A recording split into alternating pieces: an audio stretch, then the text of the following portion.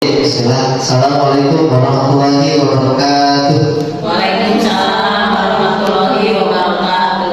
Alhamdulillahirabbil alamin wa bihi nasta'in ala umuri dunya waddin wa ala alihi washabbihi ajmain. Asyhadu an la ilaha illallah wahdahu la syarika lah wa asyhadu anna Muhammadan abduhu wa rasuluh.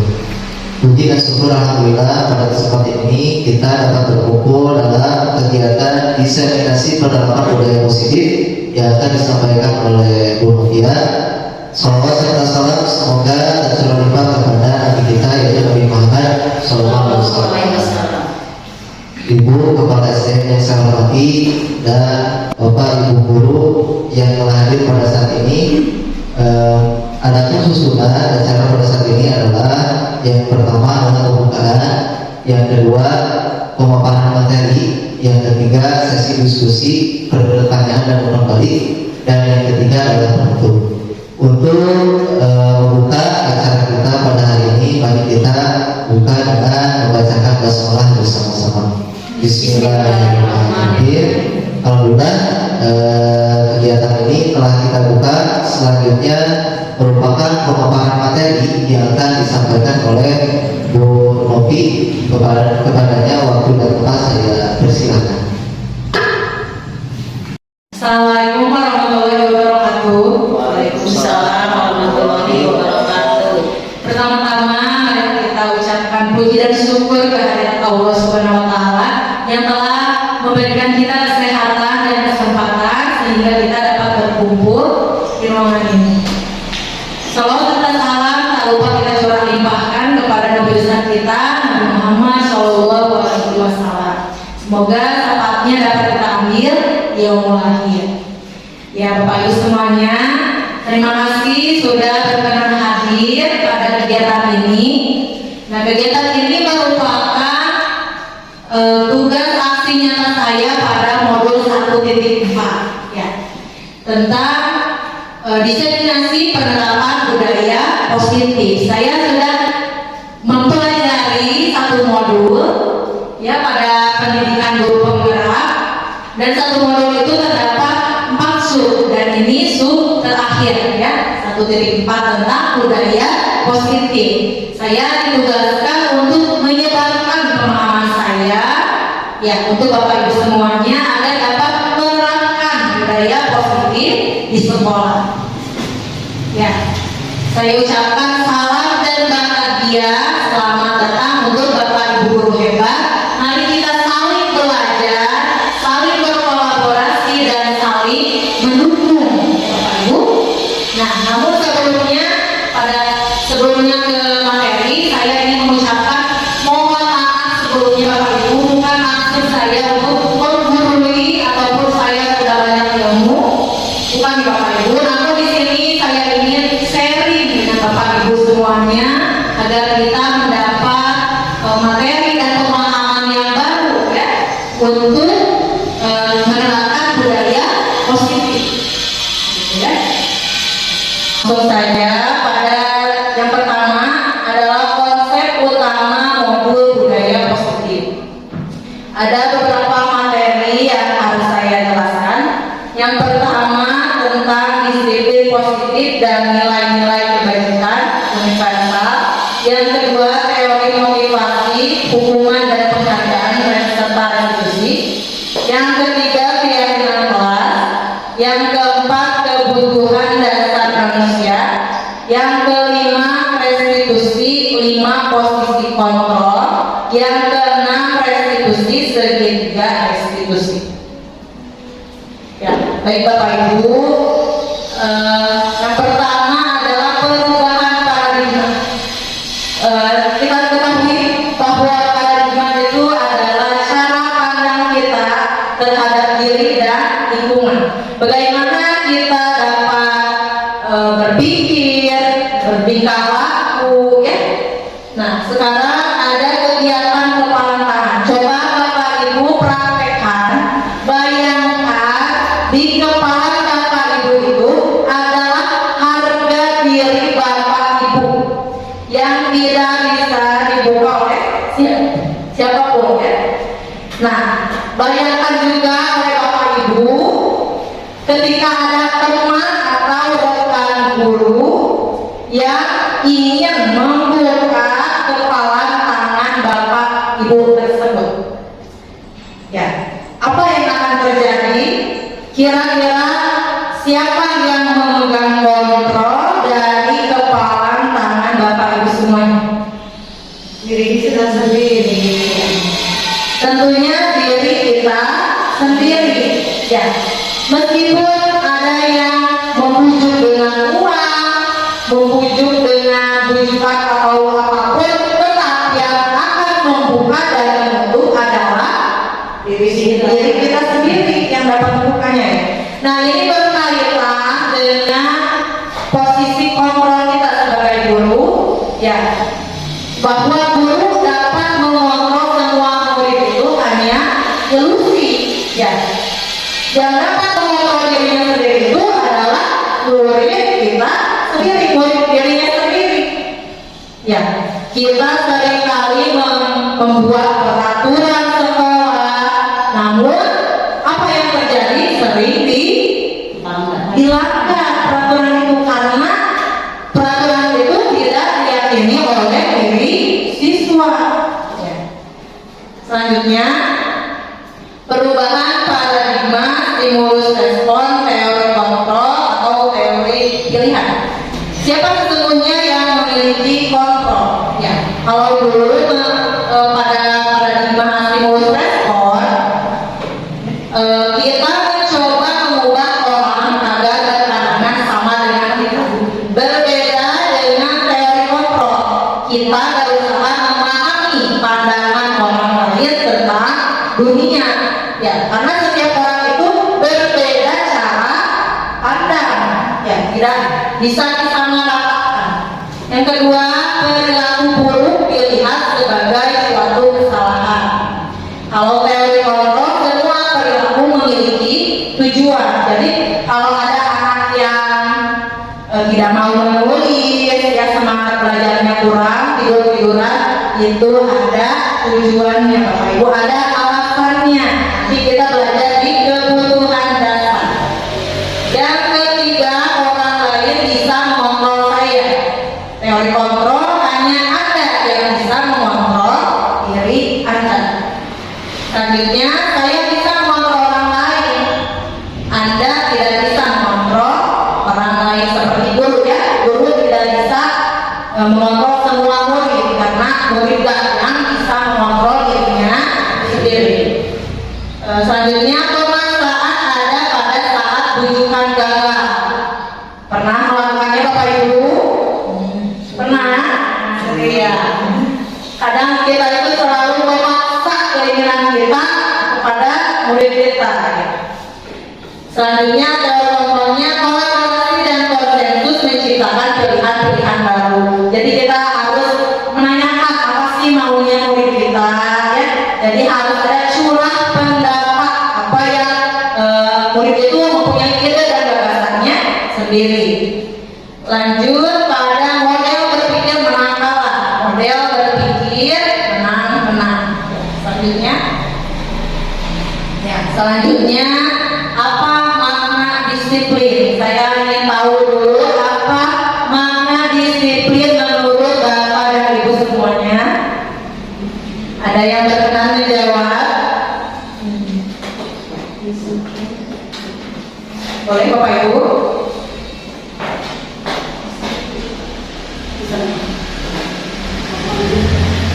Disiplin menurut Ibu itu apa? Disiplin merupakan suatu hal yang apabila ada tugas itu dikerjakan sesuai dengan aturan, sesuai dengan tepat waktu, sesuai dengan moral. Ya, bagus sekali. Terima kasih Bu Selvi atas jawabannya.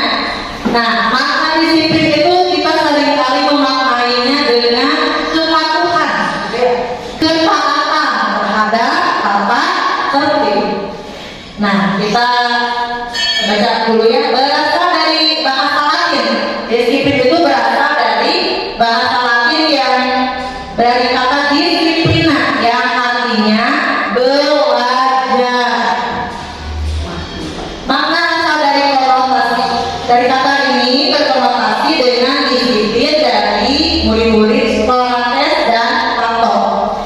Disiplin dari diri membuat orang menggali potensinya menuju sebuah tujuan apa yang dihargai. Jadi Bapak Ibu, kita di sekolah ini memiliki peraturan.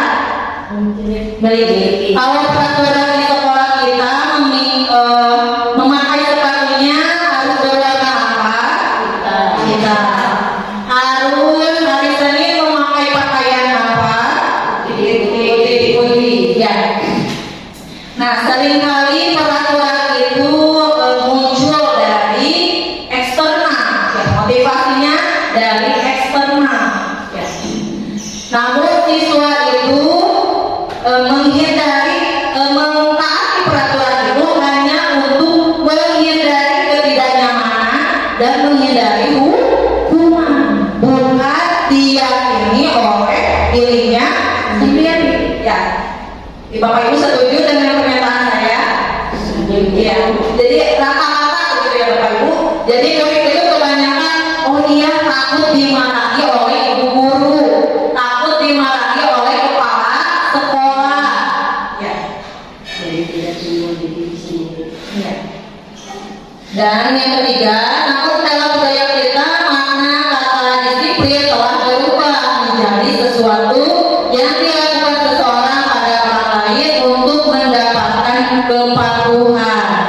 Cenderung umum dalam menghubungkan kata disiplin dan ketidaknyamanan bukan dengan apa yang kita hargai atau pencapaian suatu tujuan mulia. Ya. Selanjutnya nilai-nilai kebajikan universal. Nilai-nilai kebajikan universal itu yang sudah disepakati oleh seluruh dunia, ya, nilai-nilai yang umum gitu, ya. Nilai-nilai kebajikan adalah sifat-sifat positif manusia yang merupakan tujuan mulia yang ingin dicapai setiap individu. Nah, nilai-nilai tersebut bersifat universal dan lintas bahasa, suku, bangsa, agama maupun latar belakang. Setiap perilaku perbuatan memiliki suatu tujuan. Menurut Dr. William Besser pada teori Monroe 1984, dengan kenaikan nilai-nilai kebajikan yang diyakini seseorang, maka motivasi intrinsiknya akan terbangun sehingga menggerakkan motivasi dari dalam untuk dapat mencapai tujuan mulia yang diinginkan. Menurut Diana Besser 1998. Ya, nilai-nilai kebajikan yang ingin dicapai oleh setiap anak Indonesia ditanam dengan profil pelajar Pancasila. Bapak Ibu semuanya pasti sudah mengetahui profil pelajar Pancasila itu apa saja. Yang pertama apa? Beriman dan bertakwa kepada Tuhan yang Maha Esa serta kepada mulia. Yang kedua apa Bapak Ibu? Ya, berkebinekaan global. Yang ketiga, gotong royong. Yang keempat, mandiri. Yang kelima, bernalar diri. Yang keenam, apa Bapak Ibu?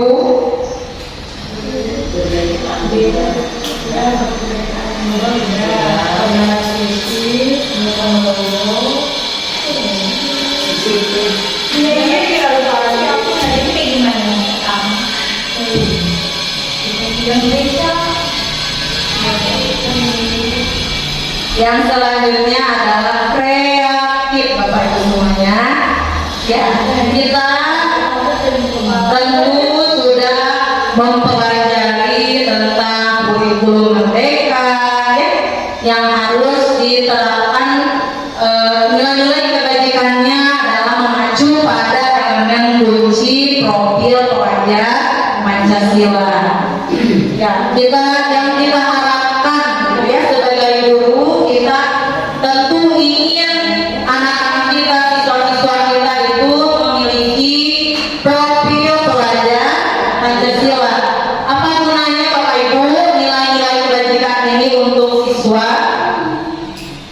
gunanya untuk apa dalam kehidupannya? Iya. Menurut Ki Hajar Dewantara, kita sebagai guru harus dapat menuntun anak pada keselamatan, ya, keselamatan lahir dan batin, dan kita harus menyesuaikan dengan kodrat alam dan kodrat zaman. Ya, Bapak Ibu semuanya, yang saya pelajari pada modul 1 ini, pada modul 1.1 tentang Ki Hajar Dewantara, bahwa kita itu sebagai guru harus menuntun, ya. Seringkali kita itu memaksa, gitu ya. Kita pada filosofi pendidikan Ki Hajar Dewantara, anak itu, kita itu diibaratkan sebagai petani, ya. Petani menanam apa? Menanam padi, betul Bapak Ibu ya. Menanam padi. Anak itu kita ibaratkan sebagai padi. Kita tidak bisa memaksa tumbuhnya padi itu menjadi jagung. Ya, jadi kita sebagai guru harus menuntun, ya. Yang bisa ibu guru lakukan hanya dapat membasmi, ya, petani itu membasmi hama, memberi air menyiram, ya, agar tumbuhnya anak tersebut jadi ya dapat berkarakter dengan baik, memiliki kompetensi yang bagus, begitu ya. Ya, selanjutnya teori motivasi perilaku manusia. Yang pertama, untuk menghindari ketidaknyamanan hubungan, apa yang akan terjadi apabila saya tidak melakukannya. Itu termasuk dari motivasi eksternal. Jadi yang saya tadi jelaskan itu dari luar, ya, bukan dari dalam dirinya. Jadi siswa itu melakukan disiplin, ya bagus ya, yaitu disiplin, tapi hanya untuk menghindari hubungan, menghindari ketidaknyamanan, gitu ya. Contohnya ketika anak datang ke sekolah terlambat, anak yang tidak tepat waktu, misalnya tepat waktu, ternyata dia itu kalau terlambat takut dihukum oleh ibu gurunya, bukan dari dalam dirinya, bukan yang diyakini oleh dirinya, ya. Selanjutnya nomor 2, untuk mendapatkan imbalan dari orang lain, institusi, apa yang akan saya dapatkan apabila saya melakukannya. Ini berkaitan dengan penghargaan, ingin jadi anak yang teladan, ya, ingin ingin dapat penghargaan dari guru, gitu ya. Jadi ingin pujian. Tuh lihat si A datangnya selalu tepat waktu. Ya, padahal dalam dirinya dia tidak meyakini bahwa sesuatu itu yang dia hargai. Ya, itu dari motivasi eksternal. Yang ketiga, untuk menghargai diri sendiri. Saya akan menjadi orang yang seperti apa bila saya melakukannya. Itu adalah tujuan dari disiplin positif, ya, motivasi internal. Jadi dia itu meyakini, oh iya, kalau saya jadi orang yang disiplin, saya akan dapat mengatur waktu dengan baik, ya, akan tersusun waktu itu, ya. Kalau kita misalnya kesiangan, belum makan ke sekolah, belum makan, jadi tidak fokus, ya. Ya, selanjutnya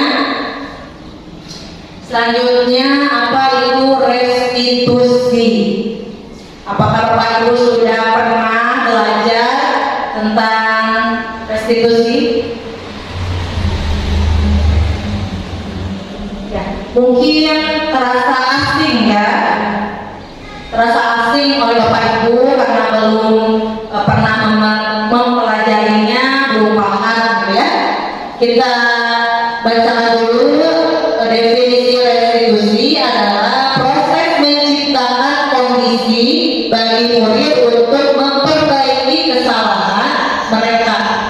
sehingga mereka bisa kembali pada kelompok mereka dengan karakter yang lebih kuat. Ya. Jadi restitusi itu Bapak Ibu sebagai cara ya, untuk memperbaiki kesalahan murid. Ya, restitusi juga merupakan proses kolaboratif yang mengajarkan murid untuk mencari solusi untuk masalah mereka dan memberi murid berpikir tentang orang seperti apa yang mereka inginkan dan menjadi tujuan mulia dan bagaimana mereka harus memperlakukan orang lain. Ketika saya kemarin, minggu-minggu kemarin sudah menerapkan segitiga restitusi, bahwa kasus-kasus yang ada di sekolah, contohnya kasus terlambat datang ke sekolah, kita sebagai guru jangan langsung menghukum begitu ya. Kamu lagi, terlambat lagi ya. Bukan seperti itu. Kita harus menanyakan dulu ya, menanyakan dulu kenapa mereka dapat terlambat ke sekolah. Pasti kan semua perilaku itu memiliki tujuan ya, jadi ada alasannya. Setelah menanyakan, kita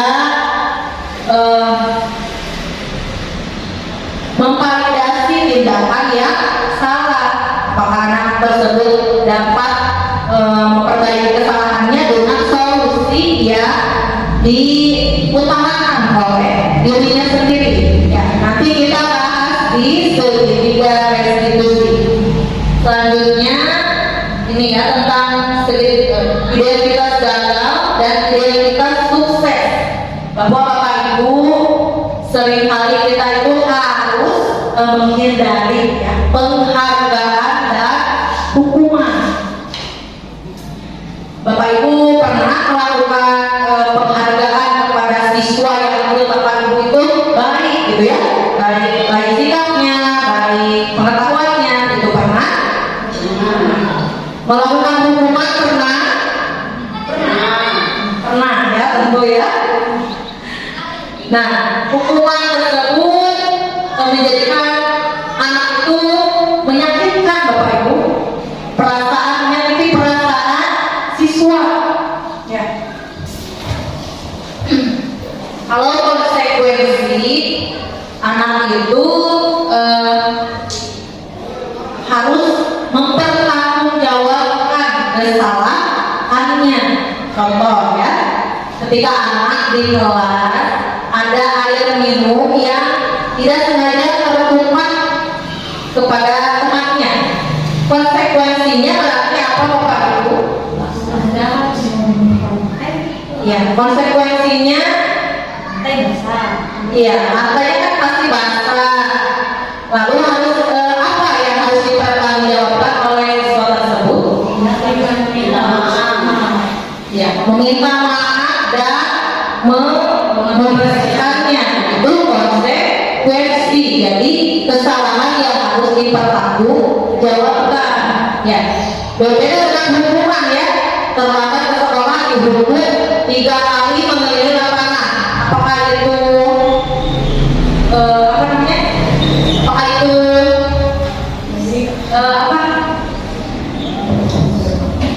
sesuai tidak dengan kesalahan mereka?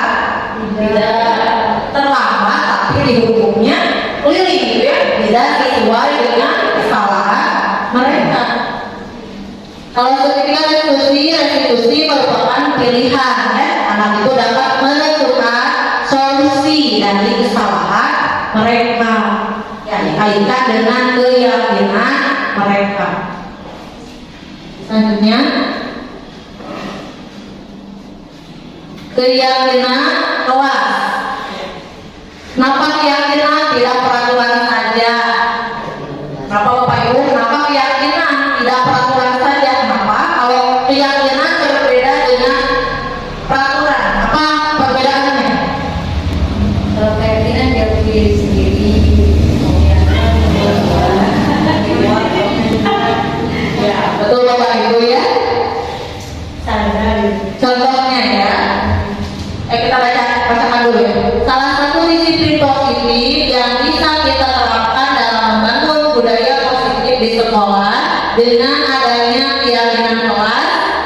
setiap kelas diharapkan dapat mewujudkan tujuan pendidikan yang berorientasi kepada profil pelajar Pancasila.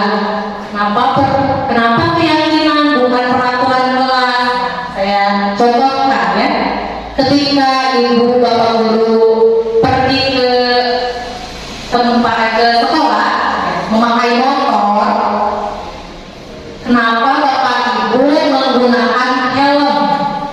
Bedanya keyakinan dengan peraturan itu apa? Kalau peraturan memakai helm apa?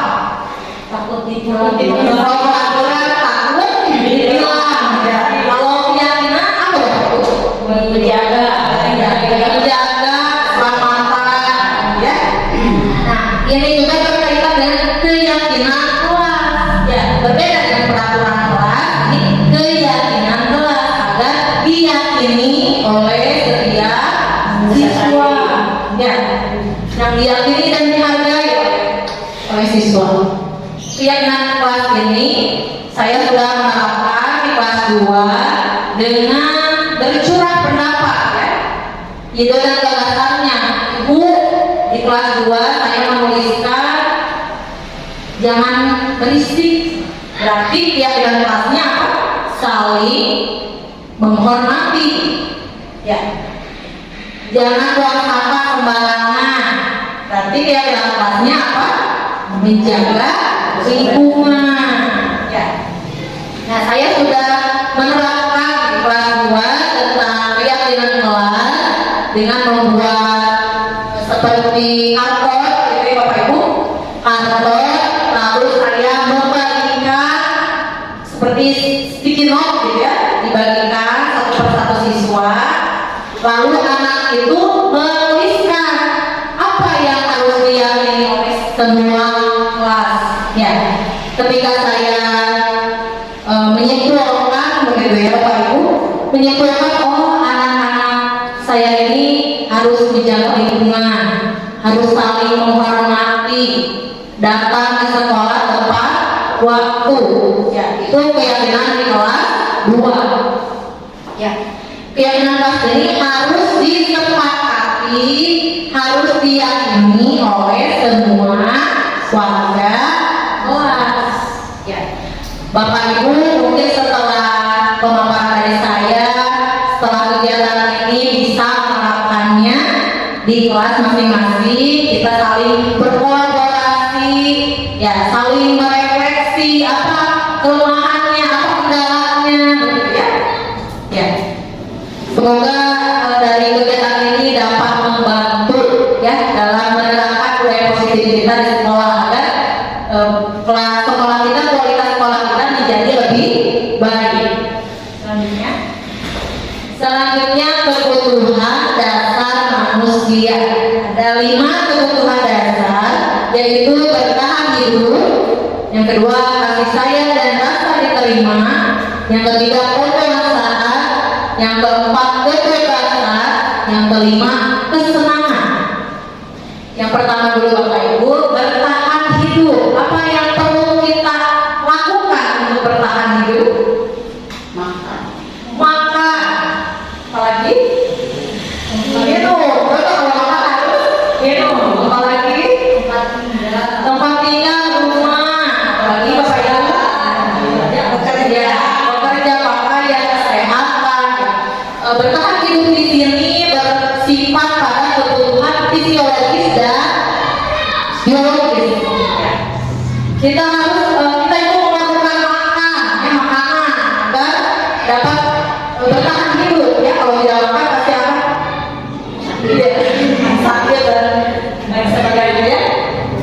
Lalu kita itu memerlukan rumah dan memerlukan kesehatan.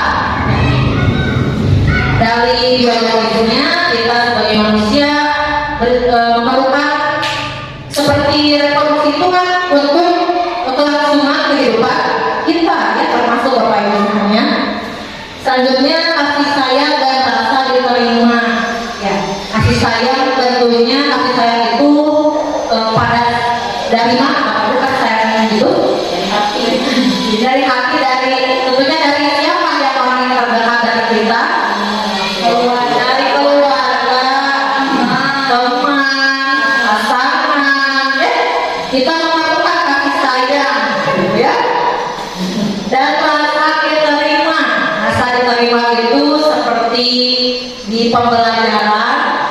saling mengelompokkan ya, mengelompokkan siswa. Nah, ada kan anak yang terkucilkan? Ya, ada kan?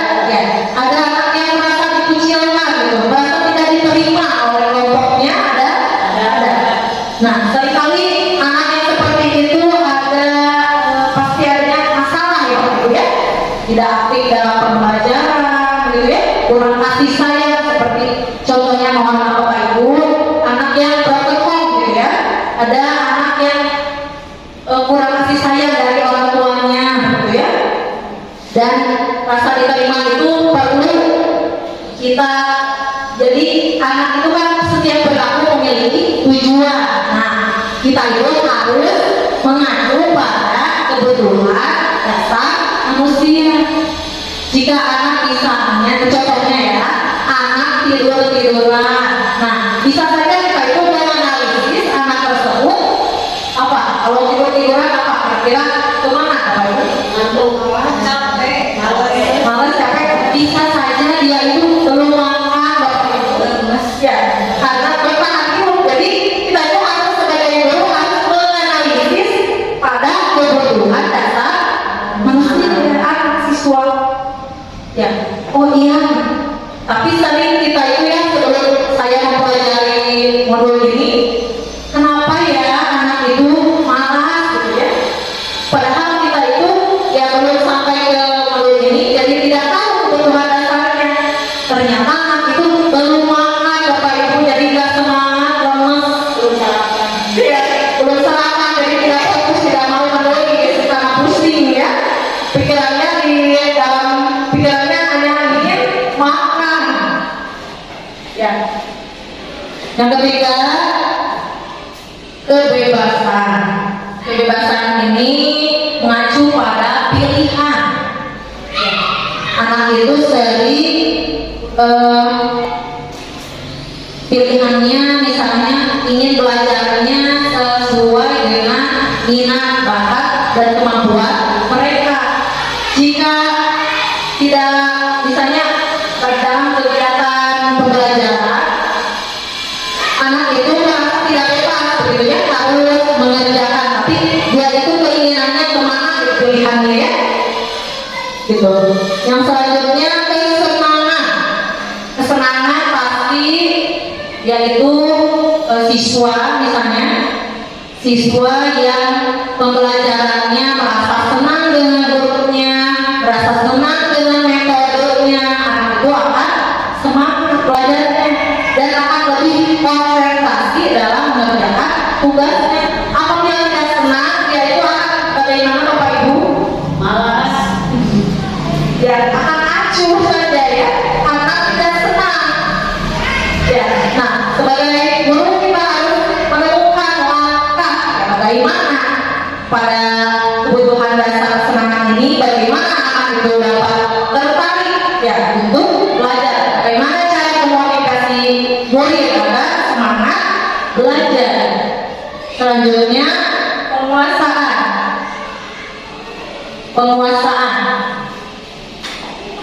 Penguasaan di sini berkaitan dengan bagaimana siswa itu menguasai ya materi, menguasai apa yang dia bisa gitu ya. Dan dia itu perlu diakui, perlu rasa diakui gitu kalau penguasaan ya. Kalau contohnya ketika ada anak yang tidak percaya diri ketika mengikuti lomba, dia itu menang. Oh ternyata saya itu udah menguasai, jadi dibuat percaya diri. Ya. Tapi ketika penguasaannya rendah, begitu ya, dia itu akan apa? Tidak konsentrasi. Ya. Penguasaan ini ada penguasaan diri dari siswa. Selanjutnya posisi kontrol restitusi. Ada 5 posisi kontrol. Yang pertama adalah penghukum, yang kedua pembuat rasa bersalah, yang ketiga teman, yang keempat pemantau, yang kelima manajer. Bapak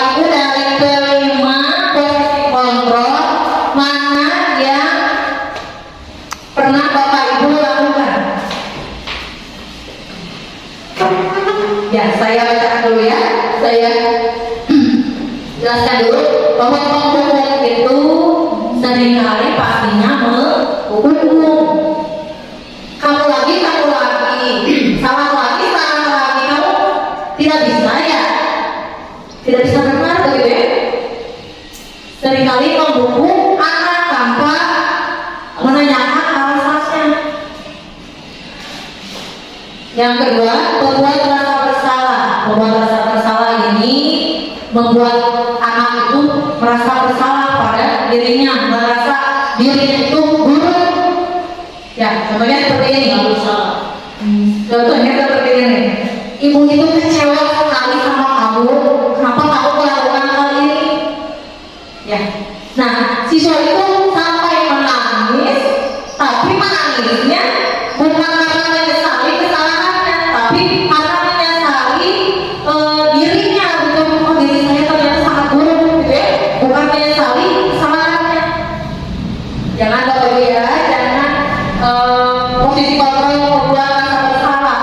Ibu kecewa banget sama kamu, nggak boleh ya Bapak Ibu ya. Jangan diterapkan di dalam pembelajaran. Yang ketiga, sebagai teman. Pernah Bapak Ibu melakukan siswa sebagai teman? Ya. Pernah? Termasuk saya sendiri Bapak Ibu ya. Saya pernah di posisi sebagai teman. Karena alasannya saya itu ingin lebih dekat dengan murid gitu ya. Jadi murid itu bisa curhat gitu dengan saya, ya bisa mengutamakan gitu. Ibu nggak bisa ini, nggak bisa itu. Jadi lebih dekat gitu ya Bapak Ibu ya. Nah, dalam posisi teman ini tidak juga disarankan, ya. Karena seringkali sebagai teman itu guru disepelekan oleh siswa. Jadi intinya mah jadi malah lunjak gitu Bapak Ibu ya. Ya. Yang keempat, pemantau. Pemantau itu kita sering mengamati. Kalau memantau pasti mengamati siswa. Ya. Yang kelima, manajer. Nah, posisi kontrol manajer ini sangat disarankan untuk Bapak Ibu semuanya, karena manajer itu pasti memberi arahan ya. Kalau manajer kan, kalau manajer di manajer di mana? Manajer di kantor, manajer pasti memberikan arahan pada siswa. Kembali lagi pada pemikiran Ki Hajar Dewantara, menuntun ya, memberikan arahan, mendukung ya. Apabila anak melakukan kesalahan, kita ikut serta gitu ya, membersamai anak-anak kita gitu ya. Selanjutnya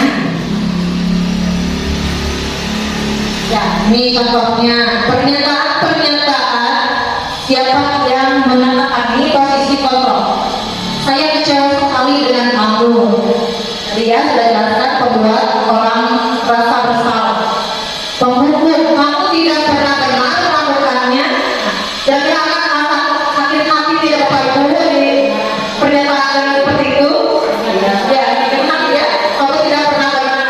Karena kan anak itu yang kesalahannya pasti ada alasannya begitu ya. Posisi teman, ayolah lakukan ini demi Bapak Ibu. Ayolah nanti kerjakannya, tugasnya nanti Bapak Ibu yang dimarahi oleh kepala sekolah. Pernah Bapak Ibu kan seperti itu? Pernah ya.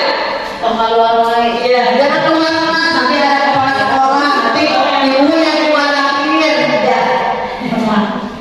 Pemantau, apakah kamu mau mendapatkan stiker bimbang? Ya, hari ini.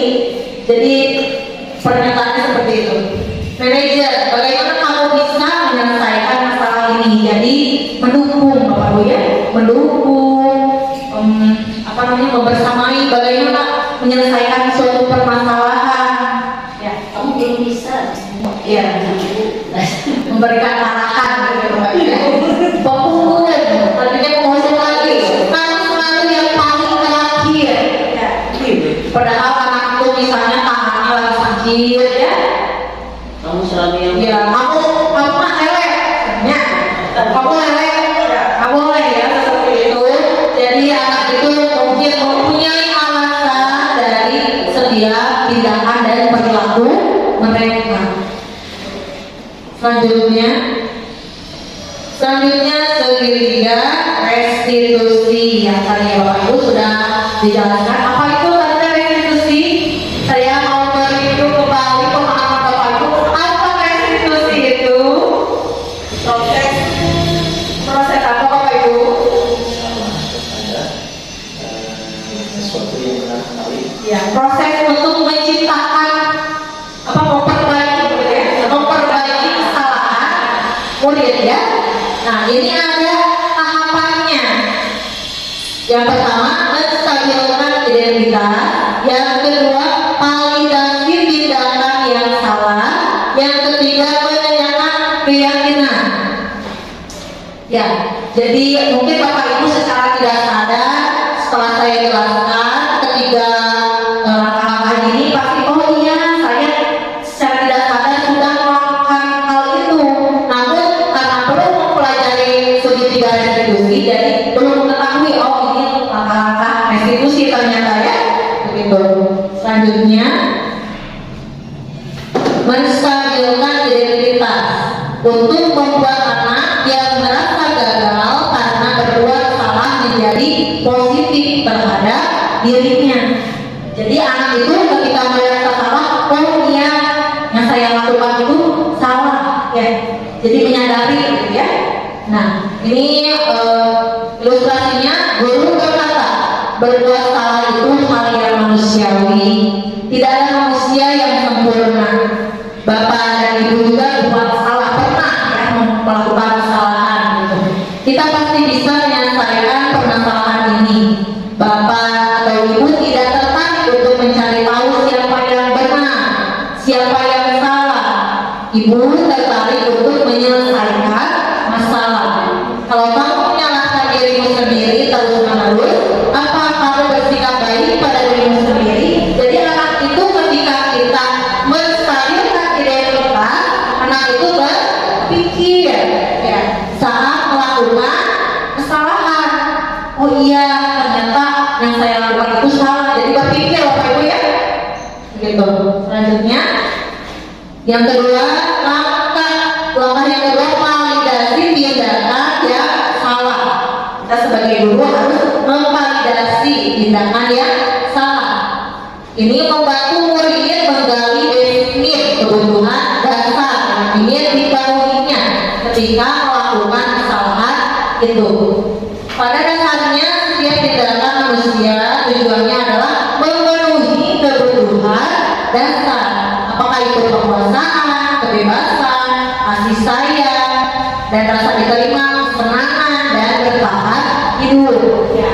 Yang sudah saya jelaskan tadi bahwa anak yang nakal, anak yang malas itu memiliki tujuan dan memiliki alasan terhadap kebutuhan dasar. Jadi ada beberapa kebutuhan dasar yang belum mereka penuhi. Ya, contohnya ketika anak tidak mau menulis, ada pernah kasus seperti itu Bapak Ibu? Iya, tidak mau menulis. Anak itu kita analisis, kita tanya misalnya, kamu di rumah dengan siapa? Ya, harus. Jadi kita itu harus menemukan kebutuhan dasar yang belum mereka penuhi. Ya, contohnya teh ketika apa? Ya, contohnya ketika anak tidak mau menulis karena tidak kebutuhan dasar kebebasannya tidak terpenuhi. Misalnya bagaimana maunya anak tersebut menggambar gitu ya. Namun kita harus memfasilitasi ya sebagai guru. Ketika kita sudah menganalisis kebutuhan mereka, kita memfasilitasi. Ya, ilustrasinya guru berkata, kamu bisa saja melakukan hal yang lebih buruk, tapi kamu tidak melakukannya. Kamu pasti punya alasan mengapa melakukannya. Contoh kesiangan, apa alasannya? Ibu tidurnya larut malam. Ibu membantu orang tua, ibu sepedanya rusak. Ya, kan kalau kita mengetahui alasannya, pasti kita akan bersama-sama untuk menyelesaikan permasalahan murid. Ya. Nah, apa yang penting bagi kamu? Kamu boleh tetap berusaha menjaga sikap itu, tapi tambahkan sikap yang lain, yang baru. Maukah kamu belajar cara lain untuk mendapat yang kamu butuhkan tanpa harus memukul? Apa kamu bisa melakukan dengan lebih baik besok lagi?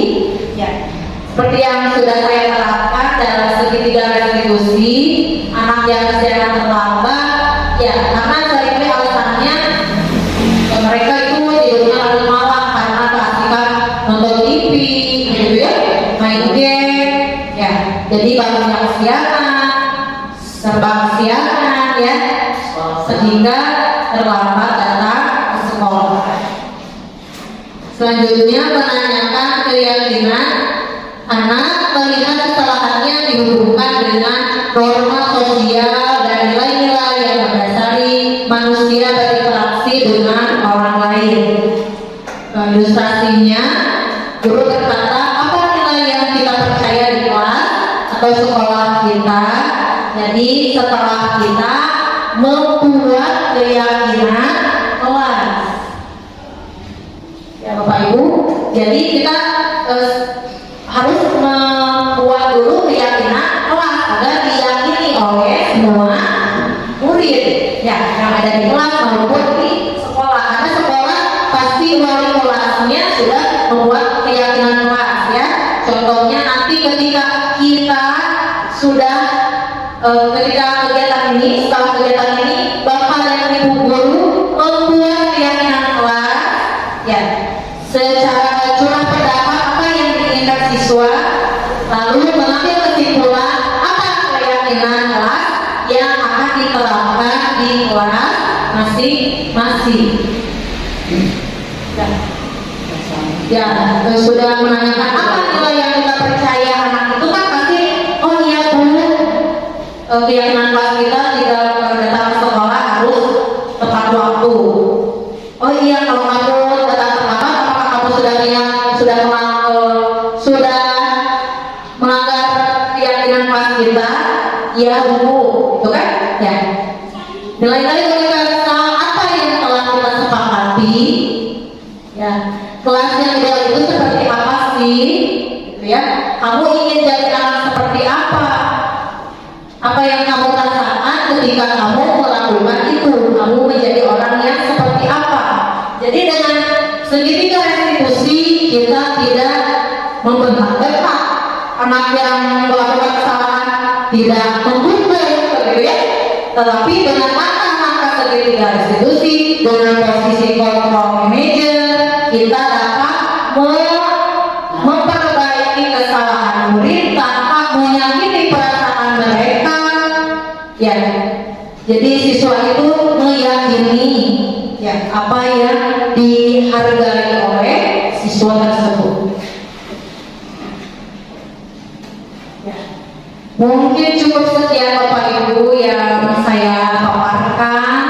Terima kasih Bapak Ibu sudah mendengarkan penjelasan saya. Semoga dari kegiatan diseminasi penerapan budaya positif ini dapat meningkatkan dan mewujudkan kualitas sekolah kita menjadi lebih baik. Amin ya Rabbal alamin. Saya kembalikan lagi kepada moderator. Terima kasih kepada Ibu Novia Speda yang telah melakukan diseminasi penerapan budaya positif. Nah, tibalah kita pada acara selanjutnya, yaitu acara tanya jawab atau acara pertanyaan dan umpan balik. Nah, bagi Bapak Ibu semua yang ingin bertanya boleh mengajukan tangannya dan kemudian dipaparkan apa pertanyaannya, kemudian nanti ditanggapi oleh Bu Novia. Silakan kepada ibu bapak semua yang ingin bertanya, silakan diajukan tangan. Oke, Bu Mas ya.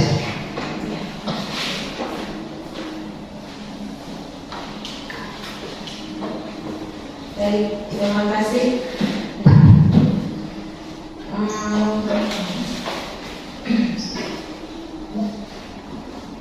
Saya mau menanyakan tentang tadi apa? Membangun budaya positif di sekolah. Bagaimana peran guru penggerak dalam menularkan kebiasaan baik kepada guru lain dalam membangun budaya positif di sekolah? Terima kasih. Oke, terima kasih kepada Bu Imas yang telah bertanya. Saya sarankan kepada Bu Novi untuk memberikan tempat baliknya. Waktu dan tempat saya silakan. Ya, terima kasih kepada Ibu Imas yang pertanyaannya sangat menarik gitu ya. Saya akan mencoba menjawab pertanyaan dari Ibu. Ya, bagaimana caranya guru penggerak menularkan gitu ya kebiasaan dengan baik untuk menerapkan budaya positif. Jadi guru penggerak ini harus menggerakkan komunitas praktisi. Ya, komunitas praktisi di sekolah itu kan pastinya Bapak Ibu semuanya ya, dengan cara saya menyebarkan pemahaman ini, saya ikut menularkan ya, Bapak Ibu, nanti Bapak Ibu dapat mempraktekkannya atau membuat keyakinan kelas agar tercipta budaya positif. Ya, kita sebagai guru penggerak, saya apabila Ibu, Bapak ada yang kesulitan, ada kendala gitu ya, Bapak Ibu bisa menanyakan kepada saya, mari kita merefleksi bersama, mari kita mengevaluasi apa yang kurang dari kegiatan kita, dari keyakinan kelas masing-masing kelas gitu ya. Jadi saling adanya berkolaborasi gitu ya, Bu, berkolaborasi antara guru-guru dengan saya sebagai calon guru penggerak ya. Mungkin cukup sekian jawaban dari saya. Saya kembalikan lagi kepada moderator. Terima kasih kepada Bu Novi yang telah memberikan umpan balik ya. Jadi Ibu Imas dengan cara yaitu menggerakkan komunitas praktisi, artinya di sana adalah kita saling berkolaborasi ya, saling bekerja sama, saling berkomunikasi antar sesama guru dalam rangka mencapai apa itu tujuan pelajaran. Nah, seperti itu Bu Imas. Apakah sudah jelas? Sudah jelas, terima kasih. Terima kasih. Saya buka kembali untuk sesi pertanyaan dan umpan balik ya kepada Bapak Ibu semua yang mau bertanya, silahkan acungkan tangannya. Bu Bibit. Ya, terima kasih kepada Bapak Moderator dan Ibu Novia karena telah memberikan kesempatan saya untuk bertanya. Baik, di sini saya ingin menanya apa hubungan antara menciptakan suasana yang positif dengan proses pembelajaran yang berpihak pada peserta didik. Ya, terima kasih. Oke, terima kasih Bu Bibit atas pertanyaannya. Nah, kita tunggu pertanyaan kedua ya, tapi silahkan untuk memberikan kembali waktu dan tempat saya silakan. Ya, terima kasih pada Ibu Bibit atas pertanyaannya. Ya, bagaimana caranya? Gitu ya? Apa hubungannya? Apa hubungannya antara menerapkan budaya positif dengan pembelajaran yang berpihak pada murid? Ya, tentu ya budaya positif ini kan seperti kebiasaan ya Bapak Ibu ya, agar terciptanya budaya positif sesuai dari perwujudan nilai-nilai kebajikan universal atau kebajikan pada profil pelajar Pancasila. Ya, ketika kita menerapkan budaya positif kan kita menerapkan juga keyakinan kelas ya, dengan dengan membuat menyusun keyakinan kelas. Nah, apakah keyakinan kelas itu kan bercurah pendapat ya. Bercurah pendapat itu sudah pasti otomatis melibatkan siswa ya. Jadi itu berpihak pada murid Bapak Ibu semuanya ya. Jadi kegiatan budaya positif ini hubungannya sangat erat dengan pembelajaran yang berpihak pada murid.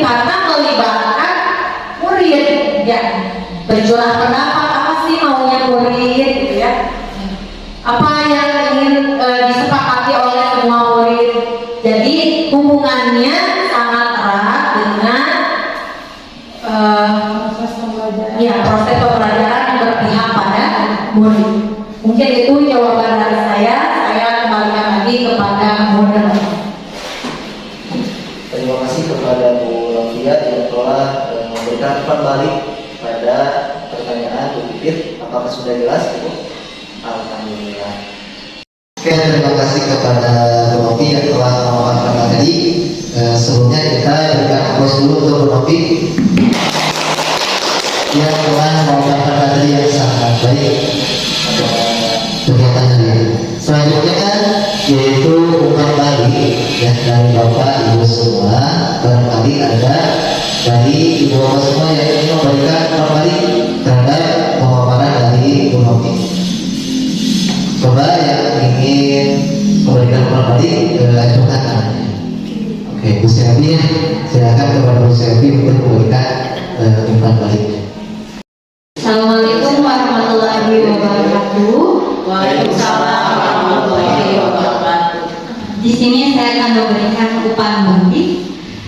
Pertama-tama saya ucapkan terima kasih kepada Bu Novia yang telah memberikan ilmu baru bagi kami ya guru-guru di SDN Kebonkiwu. Melalui diseminasi ini, alhamdulillah kita mulai membuka wawasan bahwa keyakinan kelas itu sangat penting di kelas ya, terutama agar anak menyadari apa yang harus mereka lakukan.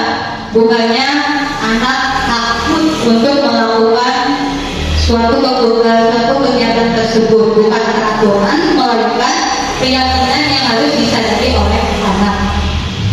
Yang kedua, sebelum mendidik anak, tentunya kita juga harus melihat dulu kebutuhan dasar dari anak tersebut. Jangan tiba-tiba menjadi anak itu bodoh, lele, tidak tanggung jawab, tetapi kita harus kembali sebab akibat dari kenapa anak melakukan hal tersebut. Dan juga yang terakhir, tentunya kita sebagai guru juga harus mengontrol diri kita agar kita bisa menjadi manajer yang baik untuk anak didik kita. Kita tidak mengatur atau apapun, tetapi kita membimbing juga ya, memfasilitator, mendampingi, mengatur dalam arti tapi mengatur juga memanajer anak agar dapat mencapai tujuan pendidikan yang harus kita capai itu. Terima kasih dari saya. Wassalamualaikum warahmatullahi wabarakatuh. Waalaikumsalam. Alhamdulillah kita sudah ada pada sesi yang terakhir, yaitu sesi penutup. Alhamdulillah kegiatan kita pada hari ini telah berjalan dengan lancar. Mudah-mudahan ibu bapak guru semua mendapatkan manfaat pada kegiatan ini. Mari kita tutup kegiatan ini dengan membacakan hamdalah bersama-sama. Alhamdulillahirobbilalamin. Saya selaku moderator mohon maaf apabila banyak kesalahan. Sekian, bila bisa dilihat. Wassalamualaikum warahmatullahi wabarakatuh. Waalaikumsalam warahmatullahi wabarakatuh. Assalamualaikum warahmatullahi wabarakatuh. Saya bernama Neng Susanti, Kepala Sekolah SDN Kebontiwu, di mana SDN Kebontiwu alhamdulillah pada tahun 2022 telah meluluskan seorang guru penggerak, alhamdulillah berhasil. Dan sekarang untuk kelanjutannya yaitu pada tahun 2023 insya Allah akan melanjutkan atau berhasil seorang lagi yaitu Bu Novi, ibu guru kelas 2, di mana beliau telah lolos sebagai guru penggerak angkatan ke-7. Mudah-mudahan dengan menjadi guru penggerak ini dapat meningkatkan mutu dan kualitas SDN Kebontiwu. Mudah-mudahan Allah mengabulkan Bu Novi ke teman sejawat ya, Mudah-mudahan dengan membangkitkan teman-teman sejawatnya dalam program guru penggeraknya akan menambah semangat ke teman yang lainnya untuk mengikuti sebagai guru penggerak berikutnya. Untuk pembelajaran dan kebudayaan yang lebih lanjut atau lebih baik lagi ke depannya.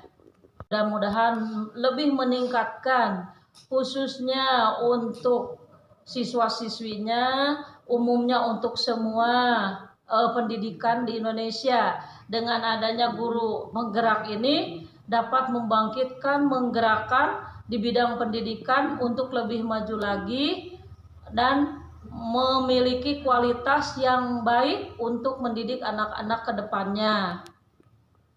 Sebagai imbasan dari ke Ibu Novi, kualitas SDN Kebontiwu insya Allah akan lebih baik lagi ke depannya dengan menerapkan pendidikan karakter yang berbudi pekerti lebih baik, karakter yang berkelanjutan, dan karakter yang membangkitkan semangat anak-anak untuk belajar lebih baik lagi.